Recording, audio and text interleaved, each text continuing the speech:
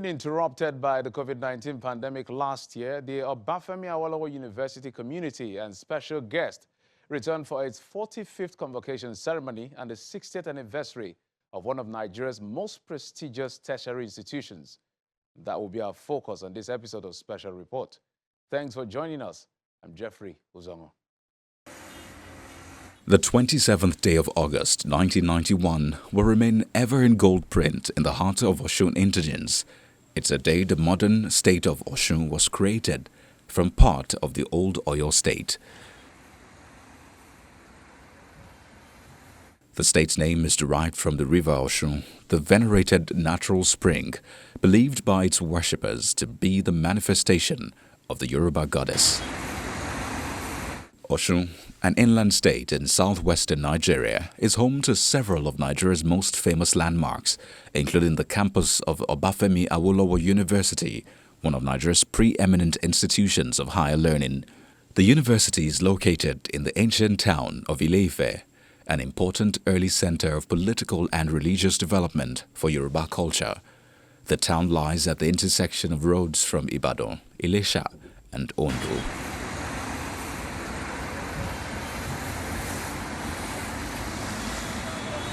Born of a report submitted to the federal government in September 1960 by an appointed commission a year earlier to survey the needs of post-secondary and higher education in Nigeria over the next 2 decades, Obafemi Awolowo University Ile-Ife was then chosen as one of the 3 universities established in Nigeria between 1961 and 1962.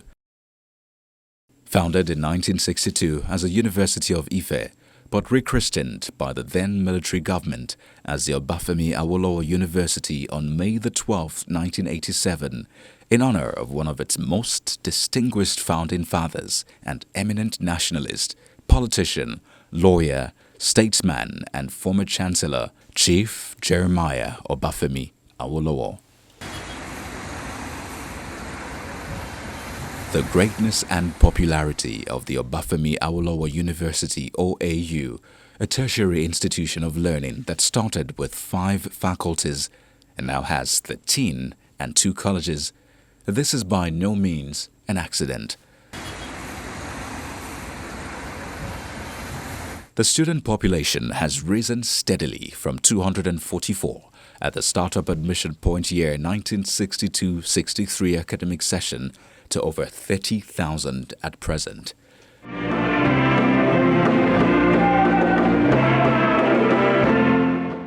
All in compliance with COVID-19 protocols, members of staff and graduates in procession at Oduduwa Hall, venue of the graduation ceremony.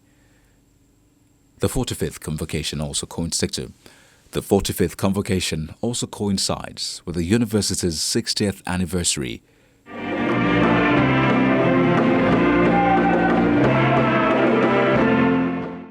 And it draws attention of bigwigs across the country, setting the tone for the conferment of Doctor of Philosophy and honorary degrees on prominent Nigerians who have excelled in their areas of endeavor. And welcoming all to the momentous event, the Vice-Chancellor of the University, Professor Eyitope Ogunbodede, asks graduates not to only make use of knowledge acquired nationally, as they have been armed to function and compete with their global peers. The university has also developed a robust entrepreneurship program supported by the TED Fund to improve the employability and ability of our graduates to contribute effectively to national development. This is accessible to all undergraduate students of the university. In the area of research, I will not want to bore you, but just to let you know that recent national and globally significant success stories in OAU research include substantial grants from the National Research Fund across various faculties in the university. It's important to mention that at this year's National Research Fund Awards, OAU led other universities in the country, clinching 20 of the 217 research grants to establish its position as the #1 research institution in Nigeria. It will interest you to know that 498 institutions, universities, polytechnics, and colleges of education competed for 217 available grants. And OAU got 20 out of the 217. The first high lab in Africa south of Sahara was developed and established in OAU in collaboration with the Massachusetts Institute of Technology. The Vice President, Professor Yemi Osinbajo, has come to represent the President, who is a visitor to the university. He spoke in clear terms to Nigerians on burning national issues and development, while tasking the youth to take up the challenge and rewrite their stories. This university, OAU, is and continues to be very much a bastion of progressivism and innovation. And not surprisingly, you will find the phrase, "a luther against all oppression," in the great Ife anthem. This progressivism is evident in the outlook of staff and students alike, including alumni who are governors, like my learned brother. The great Ife Socialist School of Thought, the Ife Collective, with seminal thinkers like Segun Oshoba, Sheson Dipeolu, Koye Olorode, Oladipo Fashino, Segun Adewoye, Gigi Dara, and others, were here mutually reinforcing their counterparts at the Ahmadu Bello University. It was here at Ife that Awo, Chief Obafemi Awolowo, for many years Chancellor of this university, gave some of the most memorable and consequential lectures on the political economy of Nigeria and addressed some of its most crucial problems, including the imperatives of democracy, national economic development, the ideology of governance, and of course the famous national census figures. But the stories of Ife go beyond its history. Ife has always proved to be a place of cutting-edge innovation, and even more so, a place for the incubation of tomorrow's solutions. So we must be proud. We must be proud of the far-sightedness of the faculties and management of this great citadel of learning. OAU was very much ahead of its time when it named its medical faculty the Faculty of Health Sciences and its engineering faculty the Faculty of Technology. The Faculty of Health Sciences at Ife was unique, from the emphasis that it laid on community medicine and the attainment of a BSc in health sciences before proceeding to study for the medical degree of MB-CHP. So not surprisingly, the university has produced top-notch researchers in several areas of medicine, but in particular in public health. So to the graduates today, you have some of the highest shoulders and the broadest shoulders to stand on. But it is this generation that must deal with the biggest issues that confront the world and confront our nation. It is the big and innovative ideas that will solve these problems. You will have to confront the problems of climate change and a world moving away from fossil fuels.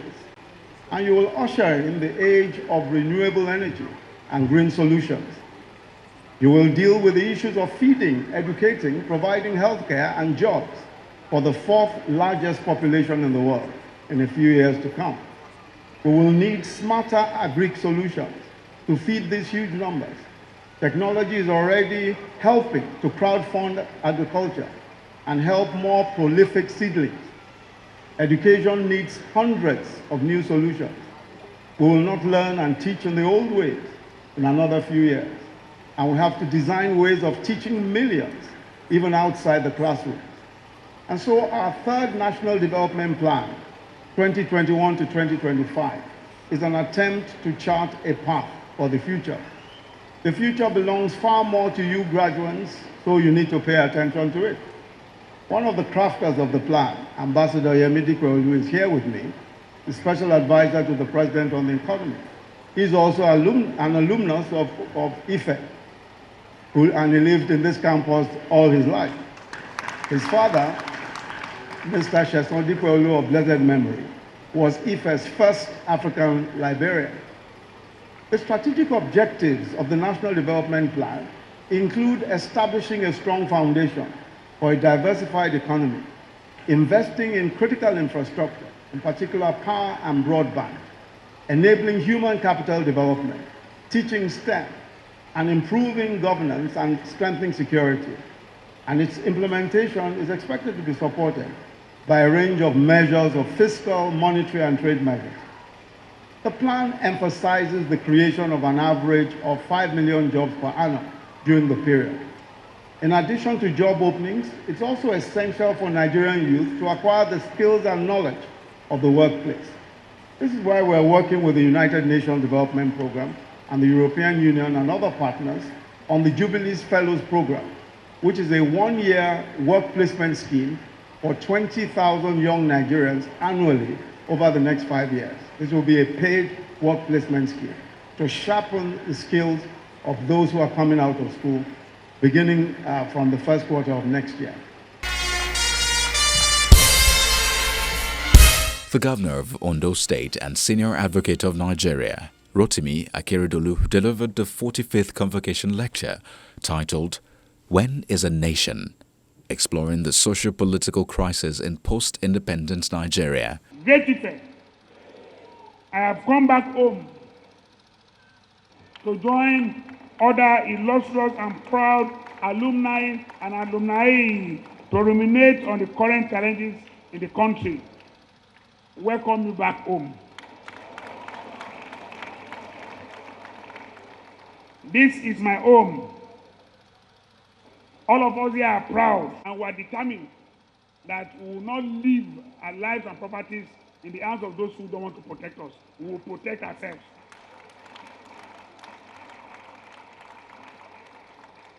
The problem we have is over centralization of authority in the center. Let me say it OR. Authority is over centralized in the center, in the hands of the Vice President.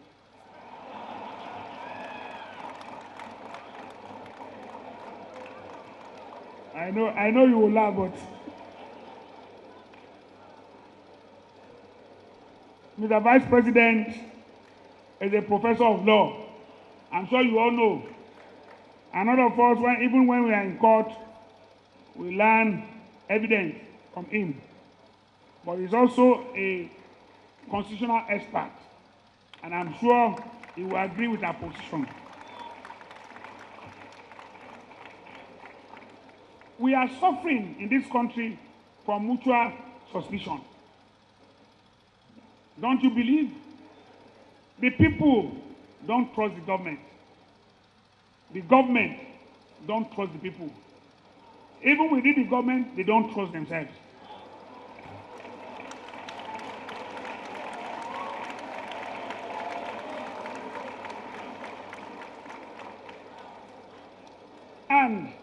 And we have been talking about pandemic, COVID-19 pandemic, but we have left one pandemic that has existed in Nigeria and is still there. And that is what I call CDS, Credibility Deficiency Syndrome.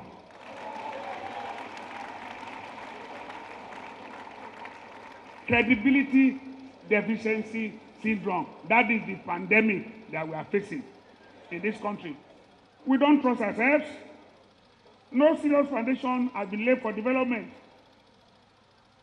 And none can be laid for development if there is mutual suspicion by every ethnic nationality which form the country. Can we lay any serious foundation for development? The way we are now, talk to yourselves, think about what I'm saying. Everybody is suspicious of each other. Is that not so? So can we do it? There are agitations here and there. We try to pacify each other. We paper cracks, major cracks, where we have to pull down a building and put another structure. We try to paper the crack. How do you think we will survive? Nigeria must return to the path of rectitude, where all ethnic nationalities are given enough space to soar as far as their ingenuity can take. Everybody, let each and every one of us try, show what you can do. That's the important thing. That's where we are going. He talks tough on what he called the over-centralization of authority at the center. He insists on the South producing the next president. Our country today remains underdeveloped because of our current structure. Take it from me. This structure cannot survive. There must be a change.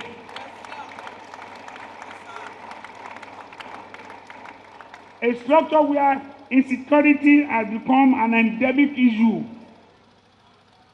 Many more people have been here today. Some people are afraid to travel. It has become an endemic issue.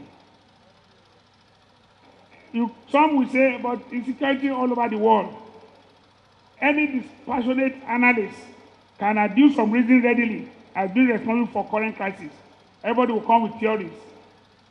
For me, this country, the 1999 Constitution and its malcontents, it is a constitution that tells lie about itself.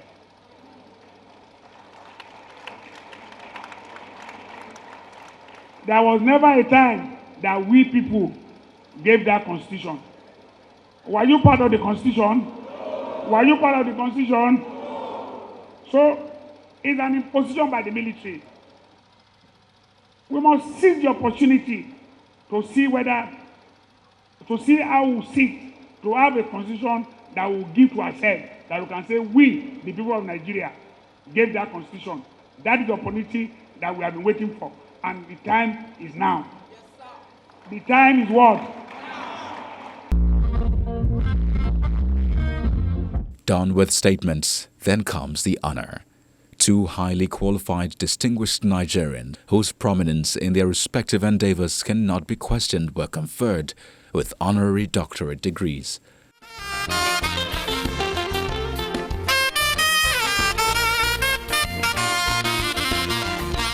Chief Michael Adeojo, the founder of Elizade University, Ilaramoki, Ondo State, and Chairman Elizade Group of Companies, was conferred with the Honorary Doctor of Business Administration.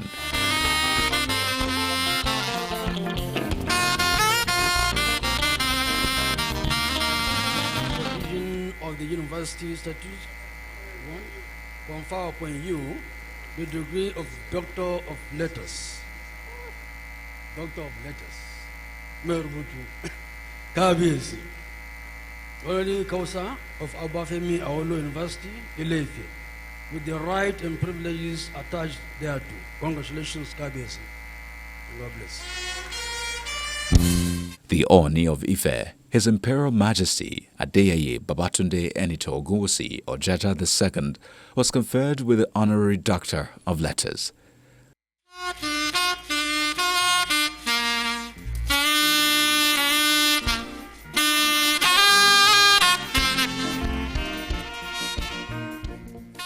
This conferment is very passionate and a very emotional thing for me. Growing up from an average family in Ile-Ife, the university is the university of my family. A lot was expected from me. All my siblings, most of them attended this university. And I used to look forward to them, that someday I will end up in this university. But something along the line happened. Nobody can change destiny. It really affected me so much. Psychologically, but to the glory of God, I came back stronger. But I've always been looking forward to someday that I will be part of the great alumni of this university. Today is a dream come true for me. That is the confidence in my voice. Great Ife! The way I will be calling Great Ife now will be very different. I want to thank specifically the management of the university, ably led by the Vice Chancellor. I've been looking forward to this. This is my 6th year on the throne of my forebears. First year, ṣé university OAU wọn ní pè mí ni? Second year, and that year is very significant to me. In Yoruba land, it is called Mefa. Otifa and Konrere fún mi. I am now more committed to the university.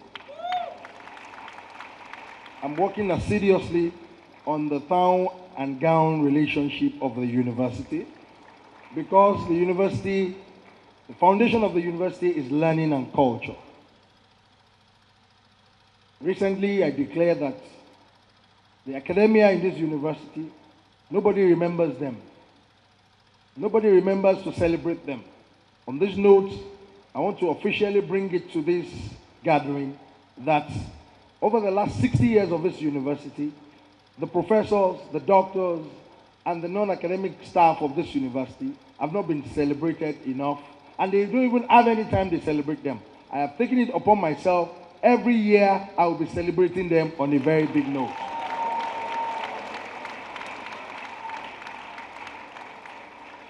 Lastly, I've been working very closely with the university, especially the Vice Chancellor.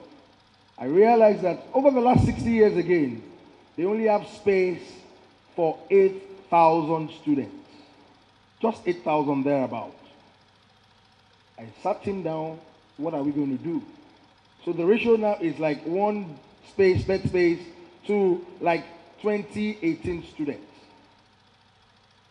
I told him, well, I can move around. I have few contacts in the private sector.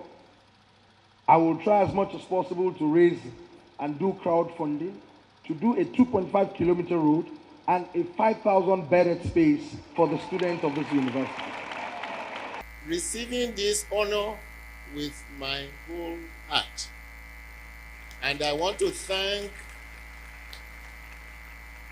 the university for this, because it is good to recognize people in their different spheres. Even if you know how to sing, you must be recognized as a singer. And in fact, the singing people are more prosperous than the professors now. Davido, I don't think any professor in Ife is as rich as Davido.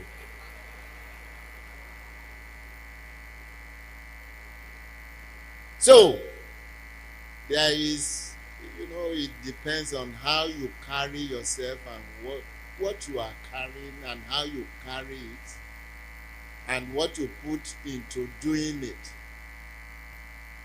And I want to say that to appreciate the worth of what you have done to me, I decided to give the university a luxurious bus of, it's not the big ones coming from the east, but my product has a wonderful product which I have donated to the university.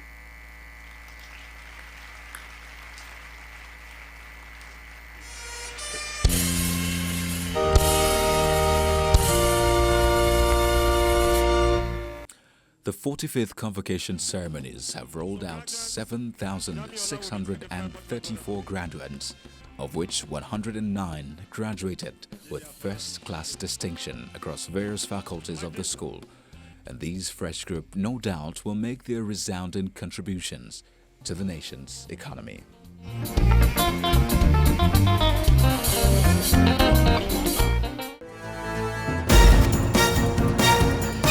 Well, that's it on this episode of the program. Thanks for your time and, of course, your usual company. I'm Jeffrey Uzongmo.